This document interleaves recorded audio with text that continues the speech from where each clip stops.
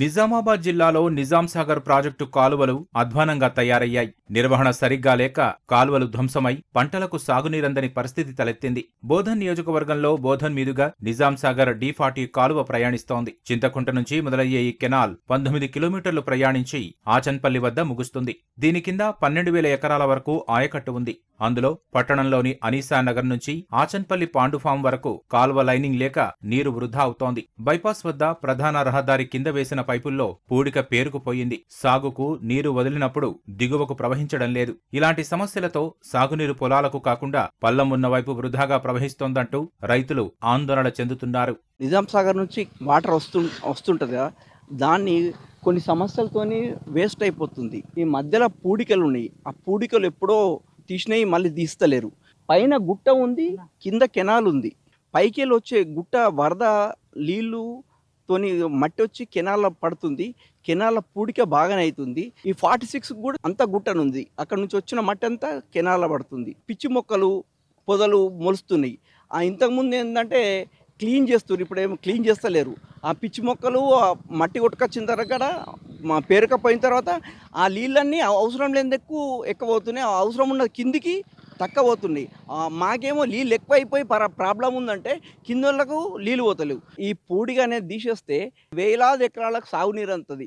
గత ప్రభుత్వంలో నిర్మించిన ఈ కాలువ నిర్మాణం పనులలో ఇటువంటి చిన్న చిన్న లోపాలు, ఈ సమస్య కారణంగా ఏమవుతుంది అంటే ప్రతి సంవత్సరము ప్రతి పంటకి D46 కెనాల్లో నీళ్లు వచ్చినప్పుడల్లా ఈ ద్వారం ఏమైంది మూలంగా నీళ్లు అనేది ఓవర్ఫ్లో అయ్యి ఇటు నుంచి పంట పొలాల్లోకి వెళ్ళేసి నాటిన పంట మొత్తం మునిగిపోయి అది పంట నష్టం జరుగుతుంది. దగ్గరగా ఒక 25 ఎకరాల పంట నష్టం జరుగుతుంది ఇక్కడ ఈ ఆర్పి గ్రామ శివారులో.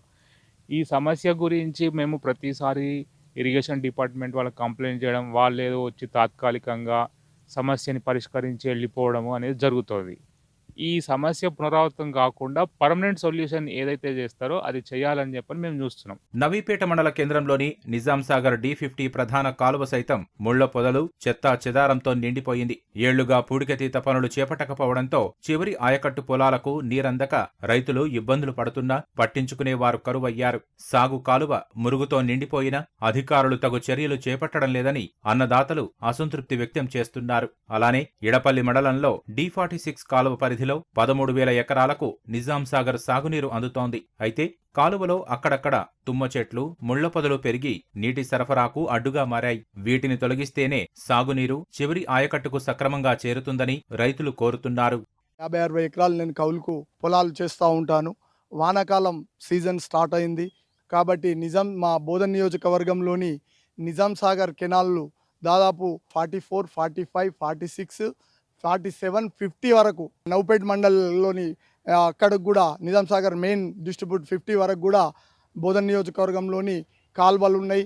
ఇప్పుడు పంటలు స్టార్ట్ అవుతున్నాయి కాబట్టి రైతులందరికీ అందుబాటులో ఉండే విధంగా ప్రభుత్వమే కానీ అధికారులే కానీ అందరూ కూడా కలిసి మాకు ఇక్కడ ఉన్న కాల్వల ద్వారా ఏమవుతుందంటే ఈ కాల్వల ద్వారా నీటిని వదలగానే అవి చెట్ల పొదలే కానీ పూడికలే కానీ ఉండడం వల్ల ఆ వాటర్ అనేది వృధా పోతుంది.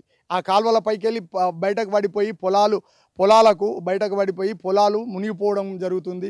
దాన్ని అధికారులు దృష్టిలో పెట్టుకొని ఈ కాల్వ సీజన్ స్టార్ట్ కాకముందే వీటన్నిటినీ కూడా పూడికలు తీయించడమే కానీ, క్లీన్ చేయించడమే కానీ, జంగల్ కటింగ్ చేయించడమే కానీ ఇవన్నిటిని చేయించాలని మేము కోరుకుంటా ఉన్నాము. నీటిపారుదల శాఖ అధికారులు స్పందించి నిజాం సాగర్ కాలువల మరమ్మతుల పనులు సత్వరం పూర్తి చేయాలని రైతులు కోరుతున్నారు.